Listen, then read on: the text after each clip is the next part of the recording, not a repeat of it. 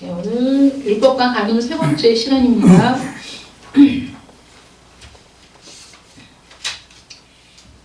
우리가 지금 제7계명인 간음의 죄를 지금 계속해서 다루면서 말씀을 생각해보고 있습니다. 우선 주님께서 제7계명을 이제 언급하시면서 그 제7계명의 원래의 의미가 얼마나 엄격하고 또 얼마나 폭넓게 적용이 되어야 하는가에 대해서 말씀해 주셨다는 것이죠. 그래서 예수님께서는 이 7계명을 거론하심으로써 당시에 행해지던 방종한 행동과 생각들을 혼인의 취소와 관련시켜서 정죄하고 계시다는 거예요. 이 그 7계명을 통해서 오늘날도 마찬가지죠. 그래서 우리는 그 성적인 타락과 방종이 오늘날만의 문제라고 생각하기 쉽지만 사실은 인류 역사상 끊임없이 이루어져 왔던 것들이 바로 이 성적인 타락과 방종이었고, 그것이 극심한 지경에 이르렀을 때 그 나라가 패망하고 없어지는 것들을 역사 속에서 많이 봐왔습니다.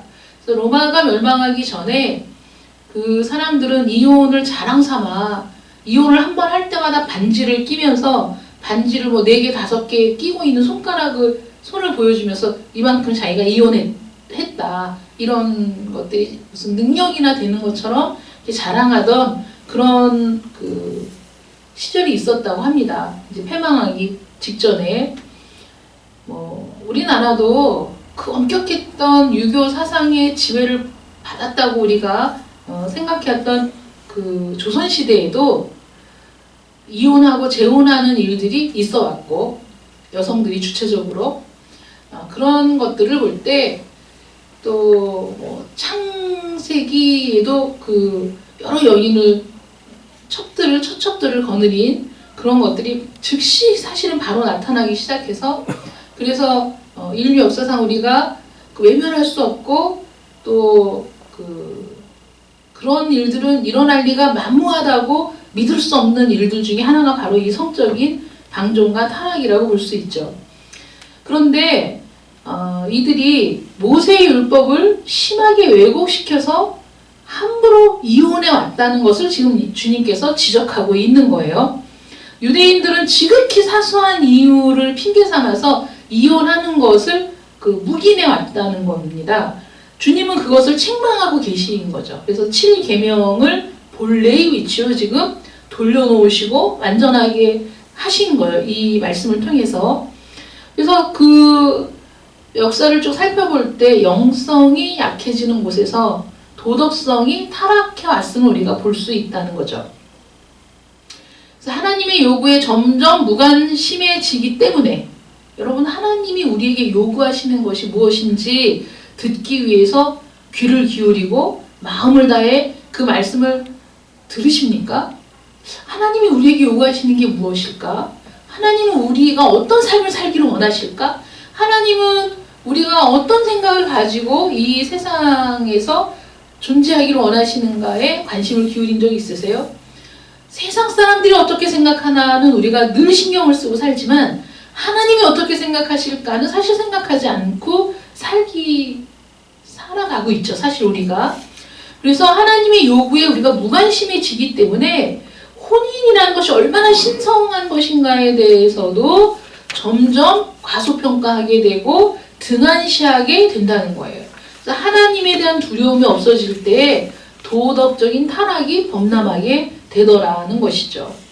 마태복음 5장 31절 오늘 본문 말씀 보시면 또 일러스되 누구든지 아내를 버리려거든 이혼 증서를 줄 것이라.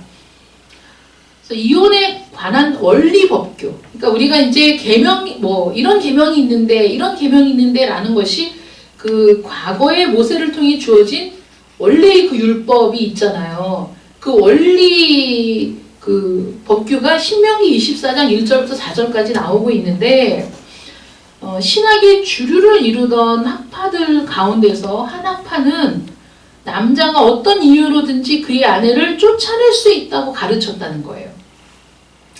또 여러분들이 잘 알고 있는 유대 역사가 요세푸스 같은 경우에 그의 글에 이렇게 기록을 했다고 그래요. 율법은 다음과 같이 말한다. 자기 아내와 이혼하려는 자는 어떤 이유로든 간에 거기에는 많은 이유가 있을 것이므로 아내에게 이혼 증서를 주도록 하라. 이렇게 썼다는 거예요. 근데 이 요세푸스는 유대 전쟁사, 유대 고대사 이런 책들을 쓰면서 헬라 사상보다 율법이 얼마나 얼등한가 이런 것들을 주장한 역사학자거든요. 그런데 그가 갖고 있는 율법에 대한 생각이 그런 거였다는 거죠. 그러니까 어떤 이유, 사실은 말도 안 되는 이유, 뭐 옷을 입었는데 마음에 안 든다든가, 음식을 만들었는데 내 입에 안 맞는다든가, 온갖 이유는 다 될 수 있잖아요. 어떤 이유로든지 많은 이유가 있을 것이다. 그런 이유가 있어서 아내와 살고 싶지 않다고 생각하면 그러면 언제든지 쫓아낼 수 있다. 이렇게 썼다는 거죠. 그러니까 그 당시의 사고방식이 그랬다는 거죠. 수간성의 여인을 만났을 때 남편을 데려와라. 그러니까 남편이 없나이다. 맞다. 네가 남편이 5이 있는데 지금 살고 있는 것도 남편이 아니다. 라고 얘기했던 그게 사실은 그 시대에 그런 일들이 있었다는 거죠. 그런 세상이라는 거예요. 이런 일들 속에서 모세의 율법이 악용되고 왜곡되고 있는 상황을 예수님께서 이제 지적하시면서 하나님의 원래 뜻이 무엇인가를 지금 가르치고 계시는 거예요. 그래서 모세가 왜 이혼 증서를 써주고 이혼을 하도록 허락해 주었는가? 그 이유가 뭐냐면 더 악한 범죄를 예방하기 위해서 우리 인간이 어떤 존재인지를 아시기 때문에 하나님께서 그래서 하나님께서 모세에게 주신 율법을 사람들이 사실은 구약을 읽어보면 악용하고 있는 때가 굉장히 많은 거예요. 그 형식만 지키면, 뭐 순서만 지키면, 그 사이에 인간의 탐욕으로 바꿔치기 하고, 왜곡하고 이런 일들을 스스럼 없이 자행해왔던 인간의 본성, 악한 본성을 아시기 때문에, 그래서 더 악한 일들을 하지 않도록 예외적인 규정을 둔 거죠. 그래서 이혼 증서를 써주라는 건 그 여인이 이혼을 당하고 나서도 다른 사람과 결혼할 수 있도록 법적인 권리를 부여해주는. 그러니까 사실은 구약의 율법을 읽어보면 남자 중심이고 남자들만 중요하게 생각하고 여성의 인권 무시되는 것 같다. 그게 아니고 그 당시 2000년 전, 3,4,000년 전의 그 시대의 그 삶 속에서도 하나님께서는 연약한 여자들을 보호하기 위한 그런 장치들을 주셨다는 거죠. 여러분, 우리가 하나님을 믿고 지금 산다고 하면서도 이 세상의 가치관, 이 세상의 흐름, 많은 사람들이 사고하는 그 방식들을 우리가 완전히 배제하고 그것들에서 자유로울 수가 없는 게 우리 인간이잖아요. 그러니까 지금 세상은 이혼이 너무 자연스럽고, 그리고 마음에 안 들면 헤어질 수 있다고 생각하고, 그리고 제가 많은 매체들을 통해서 많은 글이나 이런 것들을 보면 흡사 자녀들도 부모가 사랑 없이 사는 것보다는 이혼하는 게 낫다고 생각한다라는 그런 표현과 글들을 많이 보게 됩니다. 그런데 심리학적으로 아이들에게 가장 큰 공포는 부모의 이혼이거든요. 그러니까 아이들이 이혼을 바라는 건 아니에요, 사실은. 왜냐하면 심리적으로 엄청난 공포심을 갖고 있어요, 거기에 대해서. 그래서 어떻게 해서든지 가정을 지키고, 그리고 그 가정 안에서 자녀들이 온전하게 성장할 수 있도록 해야 될 책임과 의무가 있다는 사실을 망각한 채 감정이 우선이고 환경이 우선이고 이런 것들을 통해서 우리는 드라마나 영화나 여러 가지 매체를 통해서 이혼이 지극히 자연스러운 결정이고 우리가 자유롭게 선택할 수 있는 일이라고 우리는 너무나 많은 것들에 노출되어 왔기 때문에 지금 우리 세대뿐만 아니라 지금의 젊은 세대는 특히나 이혼에 대해서 자유로운 사고방식을 갖고 있다는 거죠. 그래서 우리나라도 이혼율이 굉장히 높잖아요. 심지어는 황혼 이혼율도 높아지고 있는 상황이거든요. 근데 이런 상황 속에서 우리가 이 세상의 대세를 따를 것이냐, 아니면 하나님께서 우리에게 주신 지침을 붙들고 살 것이냐, 사실 모든 인류는 끊임없이 그런 그 질문에 대답하며 살아온 겁니다. 믿음의 사람들은 하나님의 요구에 반응하며 사는 게 믿음의 사람들이잖아요. 예수님께서 말씀하셨던 이 당시에도 굉장히 도덕적으로 타락하고 방종한 시대였고, 마음에 안 든다고 아내를 내어버리고 다시 새로운 여자와 결혼을 하는 일들이 너무 많았던 그런 세상이었던 거죠. 그래서 모세가 이런 그 이혼 증서를 주고 이혼을 허락했던 그것은 임시로 묵인해 주었던 것인데, 그 이혼에 대해서 바리새인들은 아예 그거를 계명으로 바꿔버린 거예요. 그래서 그들은 그 위선자였기 때문에 이혼 증서와 관련해서 자기들이 모세 율법에 순종하고 있다고 아주 크게 자랑했다는 거죠. 전혀 꺼리낌이 없었던 거예요.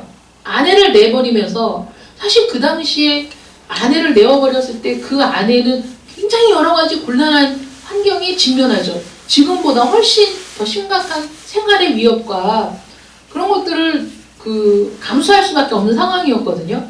그런데 이 유선자들이 이혼 증서를 써서 내버렸다는 사실 하나만으로 자기들은 율법을 지키고 있다고 자랑했고, 자기들은 잘 살고 있다고 자랑했다는 거예요. 그런데 신명기 24장 1절부터 4절까지의 말씀을 우리가 거기 왜 그런 말씀들이 주어졌는가에 대해서 우리가 살펴보면, 거기에 쓰여진 법규의 종류와 성격이 어떤 것이냐, 이게 도덕법이냐 아니면 시민법이냐, 그러니까 나라를 관리하기 위한 정치적인 법이냐라고 우리가 생각해 보자면, 사실 이것은 그 도덕적인 법이라기보다는 그 시대, 그 사회, 그 국가를 유지하기 위해 최소한의 그 악한 일이지만 그것을 허용하는 그 수준이었다는 거죠. 이 이혼이라는 게. 그래서 율법 가운데서도 관용, 허용에 관한 부분들이 들어있어요. 예를 들어서 어떤 것이 있냐면, 율법에 형제에게 돈을 구워주고 이자를 받는 건 철저하게 금지되어 있어요. 하지 말라고 하신 법이고요. 그런데 이방인에게 돈을 구워주고 이자를 받는 건 허용이 됐어요. 근데 하나님은 원칙적으로는 그 돈을 주고 이자 받는 걸 원치 않으셨던 거예요. 정말 힘들고 어려운 사람들에게 그 돈을 구워준다는 건 일종의 자선인 셈이거든요. 그 사람이 그 고통의 시간을 이겨낼 수 있도록 돕는 것이고, 그 꾼돈을 갚음으로써 이 사람이 근면하고 성실하게 삶을 살아가도록 돕는 그런 차원에서 자선의 한 방편이었어요. 하나님은 그렇게 베풀고 살기를 원하셨던 거예요. 그런데 인간의 탐욕은 그 율법을 지키기 싫어. 인간의 그 탐욕이 그런 이 악한 본성이, 그러니까 그 이자를 받는 것을 이방인에게 한해서 허용해 주었던 거예요. 그래서 형제들에게는 그렇게 하지 말아라. 너희가 이방인에게 돈을 빌려주었을 때는 이자를 받아도 된다고 허용해 주었다는 거죠. 그래서 이 사람이 하나님의 뜻대로 살기를 원한다면 어떻게 살아야 되냐면, 내가 충분히 여유가 있고 이 돈을 빌려준다고 해도 자기 삶에 지장이 없을 때는 사실 이자를 받지 않고 빌려주고 이 사람이 성실하게 갚을 수 있도록, 그래서 자기의 삶을 회복할 수 있도록 돕는 것이 하나님의 원래의 뜻이고, 그런데도 우리 마음의 탐욕이 그것을 기뻐하지 않는다면 이방인들에게는 빌려주고 이자를 받아도 된다라고 허용해 주셨던 관용적인 차원에서의 그 계명이었던 것이죠, 이것이. 그리고 하나님은 원래는 한 아내와 한 남편이 한 가정에, 하나님이 제시하신 가정의 모델이잖아요. 그런데 성경에 보면 일부 다처가 나오죠. 그런 것들은 그 시대적인 상황 속에서 더 큰 악을 예방하기 위해 허용되었던 부분이지, 하나님이 그것을 하라고 말씀하시거나 그것을 적극 지시했던 그런 것은 아니었다. 우리가 그렇게 율법을 이해해야 된다는 거예요. 근데 이혼에 대한 모세의 율법이 바로 그런 경우에 해당이 된다는 거죠. 그래서 모든 사소한 이유에 의해서, 말도 안 되는 이유에 대해서 오늘 아침에 눈을 딱 떴는데 아내가 하품을 하는데 꼴 보기 싫어. 그러면 너 이혼 증서 줄 테니까 나가. 이렇게 할 수는 없다는 거잖아요. 근데 심지어는 그런 이유로도 이혼 증서를 주고 아내를 내쫓은 일들이 있었다는 거죠.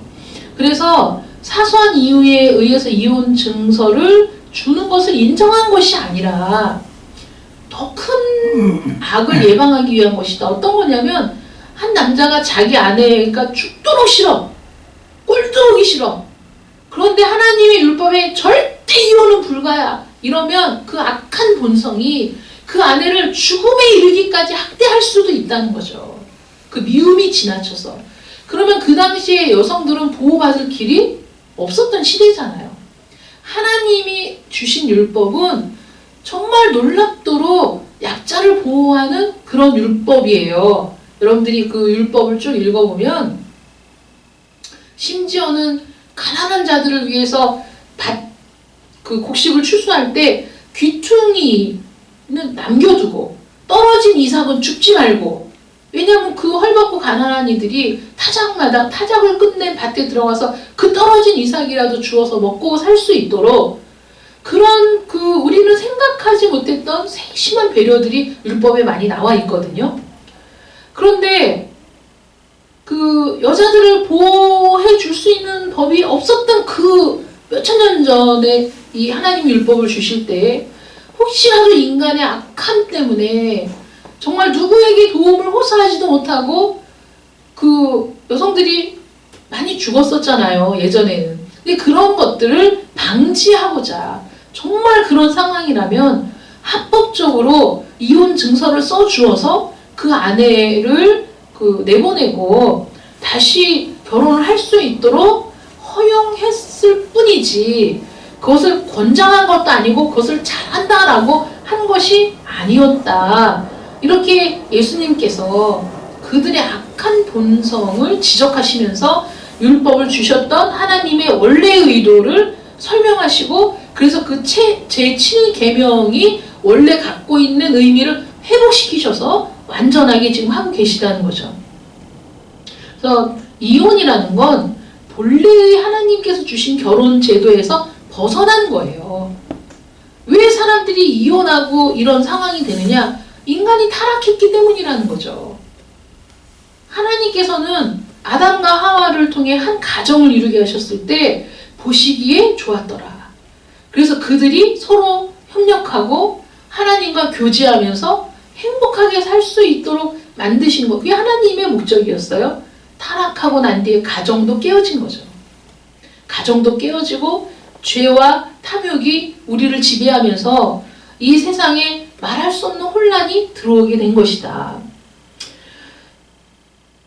근데 아무리 이혼 증서를 주고 이혼을 할 수 있도록 허용이 되었다고 해도 성급하게 감정대로 해서는 안 되는 거죠. 심사숙고해서 결정을 해야 되는 거예요. 두 번째, 이 율법은 남자에게만 허락이 되었어요. 여자가 이혼 증서를 주고 내보낼 수는 없었어요. 여러분, 정말 너무나 오랜 역사 속에서 그런 남성 위주의 역사가 이루어져 왔잖아요. 그러니 이 모세가 율법을 하나님께 받아서 줄 그 당시에 전 세계에 만연해 있던 그런 사고방식과 그들의 문화와 이런 것들을 볼 때 여자가 이혼 증서를 주고 남자를 내보낼 수는 불가능한 그런 시대였잖아요. 그러니까 남자들에게만 사실 허락이 되었어요. 근데 그 성경을 읽으면서 이건 부당해! 이럴 수 없어! 여자의 입장에서는 분노할 수 있죠. 그런데 이게 정말 부당하고 가혹한 것인가? 그렇진 않아요. 왜냐하면 남편이 부정을 저질렀다. 그러면 그걸 가지고 나가서 회부할 수 있어요, 재판에. 그래서 간음을 저질렀을 때 남자라고 처벌을 받지 않느냐? 아니에요. 율법상. 간음을 저질렀을 때 그 간부와 음부를 동시에 죽이라는 율법이 있어요. 그건 허용되지 않았어요. 남자라고 해서 하나님이 용서하시고 여자만 죽여라 이런 법이 아니에요. 남녀 모두 죽이는 거예요. 그런 법에 대해서 만약에 남자가 처녀를 꿰어가지고 동침을 했어? 너는 평생 그 여자를 책임져야 돼. 너는 평생 어떤 이유로도 그 여자는 버릴 수 없어. 이런 법들이 있어요. 하나님께서 그런 권리를 보호하시고 약자를 보호하시는 법률이 다 있는 거예요. 그래서 율법적으로 남편이 간음을 저질렀다, 부정을 저질렀다. 그러면 그 율법에 남편을 회부할 수 있었던 거예요. 그러면 그 남편은 죽임을 당하는 거죠. 남편도. 그런 법이 있었고, 그리고 폭력과 유혈을 방지하고 연약한 여자를 보호하기 위해서, 사실 그 남편들의 폭력으로 여성들이 사망하는 경우도 많이 있잖아요. 근데 그런 경우까지 가는 걸 방지하기 위해서 그런 법을 주었어요. 왜냐하면 남편에게 너 정말 너무 고통스럽고 이 결혼을 유지할 의사가 없다면, 근데 이혼은 절대 안 돼! 그러면 안에서 때리고 폭력을 행하고 정신적으로 학대하며 사는 게 사는 것 같지 않은 비참한 삶을 살도록 집 안에서 그런 일을 저지르지 말고 차라리 그러면 이혼을 하도록 허락해 줄게, 허락해 준 거였죠. 그런 일들을 방지하기 위해서. 그래서 이 율법에 힘과 효력이 있어요. 합법적인 결혼을 할 수 있는 이혼 증서를 주라고 명령했기 때문에 그것은 그 재판의 법정에 가져가서 합법적인 이혼 증서를 써주고 그리고 이혼할 수 있게 한 거죠. 근데 바리새인들은 이 율법을 왜곡하고 악용했다고 했죠. 그래서 이것을 계명이라고 가르친 거예요. 하나님은 모세를 통해 악한 인간들이 저지를 수 있는 폐역을 미리 방지하기 위해서 보호 차원에서 이것을 묵인하고 허용을 해 주었는데, 바리새인들은 이게 율법이야! 라고 가르쳤다는 거예요. 그래서 아무 이유를 막론하고 남자가 자기 아내를 버릴 수 있으며, 그로 말미암아 하나님 앞에서 그 여인으로부터 해방될 수 있고, 그리고 다른 여자와 자유롭게 결혼할 수 있다고 가르쳤다는 거죠. 율법의 취지와 전혀 맞지 않는 그런 걸 가르치면서, 그러니까 이들이 사실은 어떤 거였냐면, 하나님의 율법을 통해 자기의 죄성을 깨닫고 자기 안에 있는 악한 본성을 깨달아 하나님의 말씀에 철저하게 굴복하는 삶으로 백성들을 가르친 것이 아니라, 그들에게 면죄부를 주면서 아내를 버려도 양심의 가책을 느끼지 않고 이혼 증서만 써주면 얼마든지 아내를 버리고 다시 새로운 여인과 결혼할 수 있는 자유를 주었다는 거죠. 이것이 예수님께서 그들을 정죄하신 이유였다는 거예요.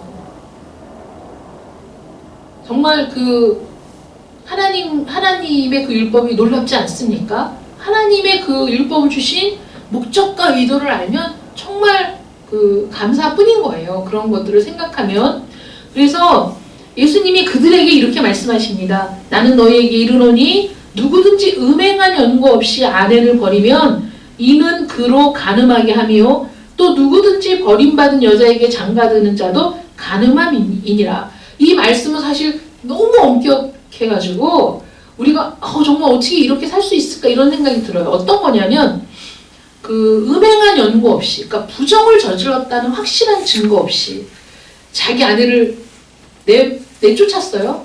그러면 그 다음에 이 남자가 내쫓고 새로운 여자와 결혼했어? 너 간음한 거야, 그거. 간음죄. 그 여인이 내쫓겨서 다른 남자와 같이 살아?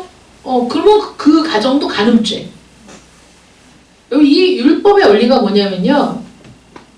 한 남자와 한 여자가 결혼을 했을 때 하나님은 뭐라고 말씀하시냐면 한 몸이다 이렇게 말씀하시잖아요. 너희는 한 몸이야. 그래서 사실 결혼이라는 건 굉장히 신성한 것이고 하나님을 증인으로 그 두 남녀가 결혼을 한다는 건 서로에게 사실 자기 자신을 완전하게 내어주고, 그래서 서로를 향유하며 한 몸을 이루며 살아가는 것이 결혼이라는 신성한 제도인 거예요.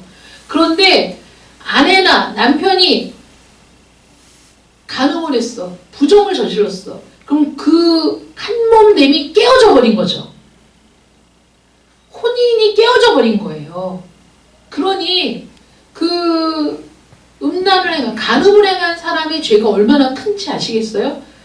그 혼인, 하나님 앞에서 그 혼인을 무효화시키고 가정을 깨고 자녀에게 말할 수 없는 상처를 주고 평생 트라우마를 안겨주는 일이 그런 일이라는 거예요.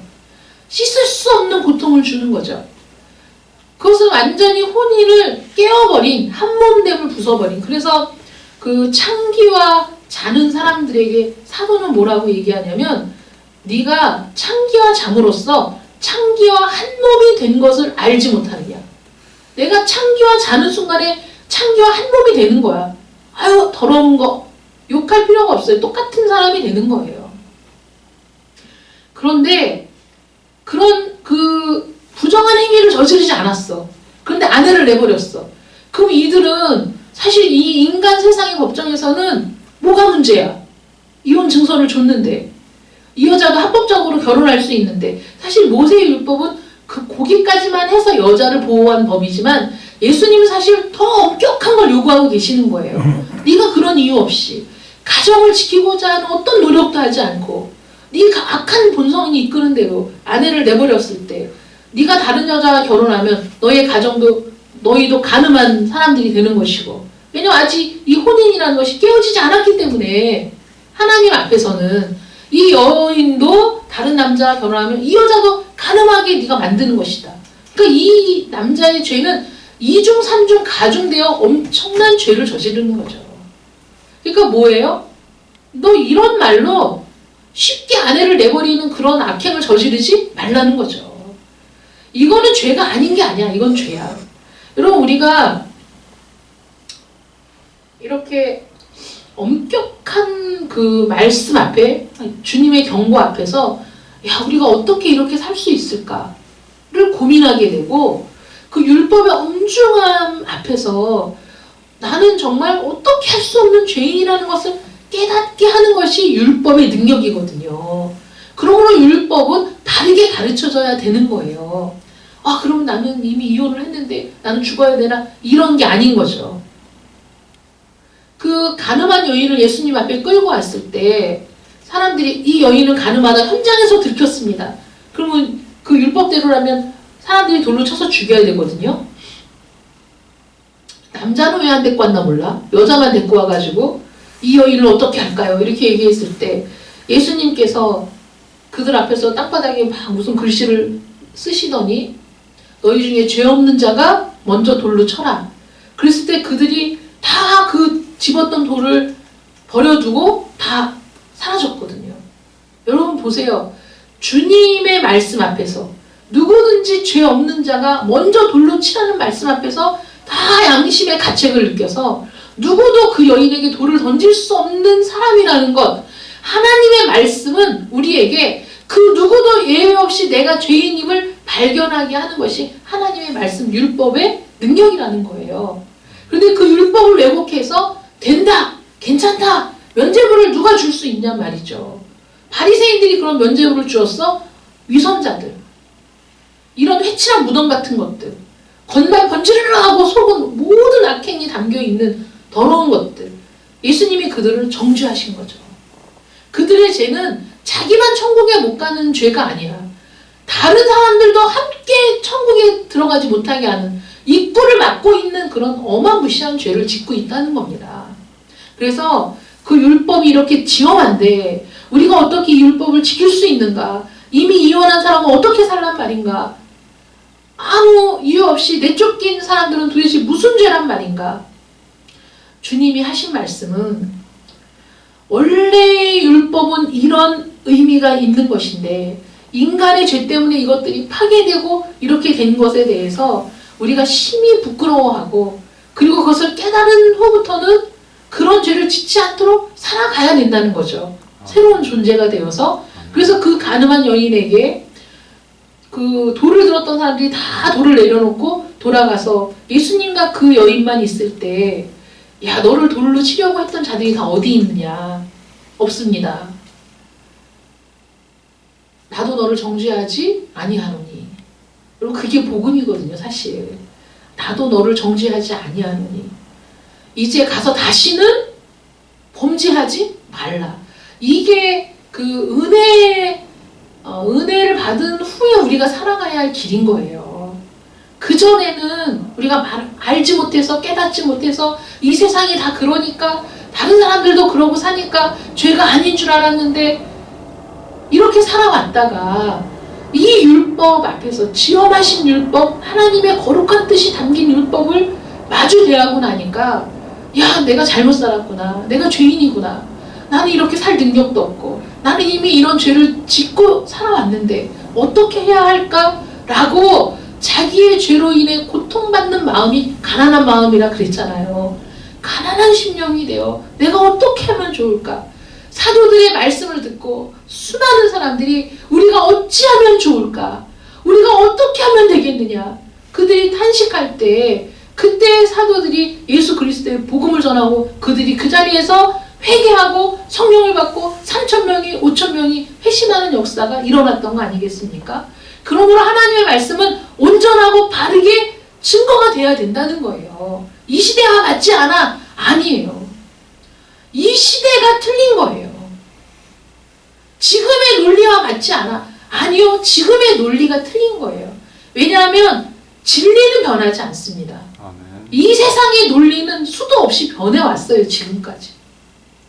그래서 진리인 말씀은 온전히 선포돼야 되고 그 말씀 앞에서 우리의 처절한 모습을 깨닫게 되고 끊임없이 내 자신의 죄를 합리화시켜왔던 나의 적나라한 악한 본성들이 다 드러나게 되면서 그러면서 무너지고 내가 정말 이런 죄인이었구나 깨닫게 되고 그래서 그 은혜를 힘입게 되고 은혜가 아니면 우리가 어떻게 다시 새로운 피조물이 될 수 있겠어요?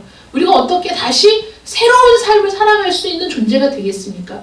그래서 그 주님의 은혜가 너무나 귀하고 놀라워서 그 은혜를 내가 기꺼이 붙잡고자 할 때 그때 우리는 새로운 피조물이 되고 그때 우리는 새로운 존재가 되어 하나님의 뜻하신 대로 살아갈 수 있게 된다는 거죠. 새로운 기회가 우리에게 부여된다는 거예요.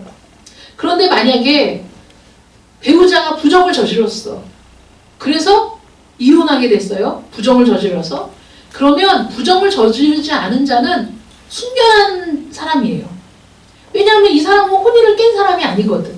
이 사람은 자기 가정에 최선을 다했거든요. 그러면 이 사람은 다른 사람과 결혼해도 아무 문제가 없어요. 그렇게 보호해주고 있는 거예요. 이 사람은 아무 문제가 없어. 다른 사람과 결혼해서 사는 것도 합법적인 거야. 하나님 뜻에 어긋남이 없어요. 그런데 이 부정을 저질러서 혼인 파탄의 원인을 제공한 이 사람은 다른 사람하고 결혼하면 그건 간음죄예요. 왜 그런지 아세요? 율법상 부정을 저지른 사람은 아까 말씀드렸지만 가늠한 여인을 끌고 와서 이 여인을 어떻게 할까요? 다 죽이려고 돌덩이 하나씩 들고 어떻게 할까요? 이렇게 했던 것처럼 간음을 저질렀을 때 죽은 목숨이거든요. 죽은 목숨. 그러므로 그 부정을 저질러서 이혼하게 됐을 때 그 순결한 쪽 배우자 중에 순결한 쪽은 이 배우자가 죽은 것과 방불해요. 죽은 것과 똑같아. 율법적으로 이건 죽은 거야. 그래서 결혼을 해도 괜찮다는 거죠. 그래서 이 부분에 대해서 웨스트민스터 신앙고백 24장 5항에서 이렇게 규정하고 있습니다. 결혼 후에 범한 간음의 경우 순결한 편에서 이혼 소송을 제기해도 합법적이며 이혼 후에 마치 불결했던 자가 죽은 것처럼 다른 사람과 결혼해도 합법적이다 라고 웨스트민스터 신앙고백에 나와 있어요. 우리가 신앙 안에서 살아갈 때에도 그 웨스트민스터 신앙고백에 있는 것처럼 하나님의 뜻은 이거라는 거죠. 그래서 이 그 원칙 앞에서 우리가 살아가는 건 아무 하자가 없는 것이다. 그래서 이 말씀을 보면서 우리 그 젊은 청년들도 있고 결혼해야 될 청년들도 있는데 혼인은 경솔하게 서둘러서 행해져서는 안 된다. 홧김에 결혼해서도 안 된다. 아빠 때문에 평생 아빠 때문에 내가 얼마나 열받고 스트레스 받았는지 몰라. 이 가정에서 나가고 싶어. 이런 결혼. 아니면 아빠 같은 사람만 아니면 돼 라고 심사숙고하지 않은 선택, 이런 모든 것들은 안 되는 거예요.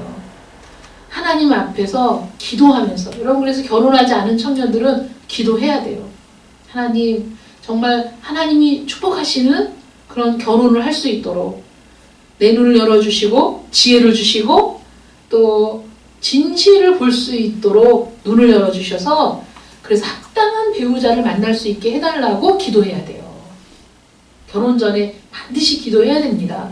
그래서 혼인을 경솔하게 서둘러서 행해서는 안 되고, 그리고 심사숙고해서 혼인하게 되었을 경우에는 그 관계와 의무의 중요성을 잊지 말고 서로 간의 헌신과 인내로서 생활해야 된다는 거죠. 남편이 그의 아내를 연약한 그릇으로 알아서 귀하게 여긴다면 아내는 남편에 대한 의무를 다해야 되죠. 이거는 어느 한쪽의 일방적인 문제가 아니라 서로 헌신하고, 헌신이라면 내 몸을 드리는 거잖아요. 그러니까 서로 헌신한다. 그것은 남편도 아내에게 자기의 전부를 주어야 되고 아내도 남편에게 자기의 전부를 주어야 돼요. 그래서 한 몸을 이루어서 가정을 이루어가는 게 하나님이 보시기에 아름다운 가정이거든요. 그래서 어떻게 비유를 하셨냐면, 교회를 예수님은 신랑, 교회는 신부. 그래서 그리스도와 교회의 관계가 이렇게 한 몸이라는 거. 그리스도가 머리, 교회는 지체. 예수님이 신랑, 교회는 신부라는 표현들이 뭐냐면 그렇게 뗄래야 뗄 수 없는 한 몸의 관계라는 것을 말하는 거거든요. 혼인에 비유해서. 그래서 서로 허물을 감싸주고 상대의 기질을 파악해서 서로의 결점을 보충해주면서 보완해주면서 함께 은혜의 보좌에 나아가는 그런 부부가 가장 복된 부부입니다. 여러분, 함께 예배를 드리고 함께 기도하며, 그래서 하나님께서 이 가정 위에, 이 부부 위에 축복해 주시기를 구하는 그런 삶을 지속적으로 살아나가야 된다는 것이죠. 그래서 하나님의 은혜의 충만함을 우리가 증거하고 그리스도와 교회 사이에 존재하는 그 연합을 가장 잘 나타내는 가정, 그 가정이야말로 하나님을 가장 존귀케 하는 가정이다. 여러분들의 가정이 사실 지금까지 보면 우여곡절이 없는 가정이 없고 갈등이 없는 가정이 없고, 또 한 번쯤은 살지 말까 생각 한 번 안 해본 부부가 어디 있겠습니까마는, 그럼에도 불구하고 여기까지 하나님이 은혜로 인도하셨고 앞으로 남은 삶도 하나님의 축복 속에 여러분들의 가정이 유지되어가는 그런 가정이 되시길 축원합니다. 서로의 헌신을 통해서. 그리고 아직 결혼하지 않은 청년들은 배우자를 위해 하나님 앞에 기도하면서, 결혼하지 않은 청년들은 배우자를 위한 기도를 항상 우선순위에 두고 기도해야 돼요. 그래서 평생을 함께할 사람을 신중하게 지혜롭게 선택할 수 있도록, 그래서 함께 은혜의 보좌에 나아갈 수 있는 그 사람과 결혼할 수 있도록 기도하시면서, 그래서 가정을 이루었을 때에는 끝까지 책임과 의무를 다해서 하나님께서 복 주시는 가정을, 그래서 하나님의 은혜를 충만히 누리는 가정을 이루시기를 축원합니다. 기도하겠습니다. 사랑의 하나님, 감사합니다. 우리는 정말 악한 본성과 또 죄성을 가지고 하나님께 주신 말씀도 얼마든지 바꾸며 또 우리 마음대로 해석하며 우리 자신의 죄를 합리화시키는데 악용하는 일들이 너무나 많이 있어 왔습니다. 그렇게 우리 스스로에게 면죄부를 주면서 하나님 앞에 우리의 죄성을 발견하지 못하는 것이 저주이며 그것이 가장 불행하고 슬픈 일임을 다시 한번 깨닫습니다. 하나님께서 우리에게 주신 율법은 우리의 죄를 깨닫게 하는 능력의 말씀이고, 우리가 그래서 하나님의 은혜를 갈망하게 하는 그런 통로가 되는 겁니다. 하나님, 말씀을 바르게 깨닫고 바르게 이해하고 그 말씀을 주신 하나님의 의도를 분명히 알아서 그 말씀 앞에서 우리의 자아가 깨어지고 우리의 존재가 무너지고, 그래서 그 말씀으로 말미암아 우리가 다시 새로워지는 역사가 있게 해주시기를 간절히 원합니다. 특별히 가정을 허무는 악한 사단의 회방에 넘어가지 않도록 도와주시고 우리의 가정을 하나님의 은혜로 채우고 하나님의 말씀으로 채우며 서로 헌신하고 서로 책임과 의무를 다하는 가운데 아름답고 복된 가정을 이루어갈 수 있도록 은혜를 베풀어 주시옵소서. 또한 결혼을 앞둔 청년들에게 하나님 지혜를 주시고 배우자를 위해 기도할 때 하나님께서 그들의 기도가 현실이 되고 그들의 간구가 현실이 되어 하나님께서 복 주시는 복된 가정을 이룰 수 있도록 은혜 베풀어 주시옵소서. 우리 모든 부부들이 하나님의 은혜의 보좌에 함께 나와 기도하며 간구하며 예배하는 삶을 살아갈 수 있도록 은혜를 더하여 주시옵시고 우리의 가정을 통해 하나님께 영광을 돌리기를 간절히 원하옵고 예수님의 이름으로 기도드립니다. 아멘.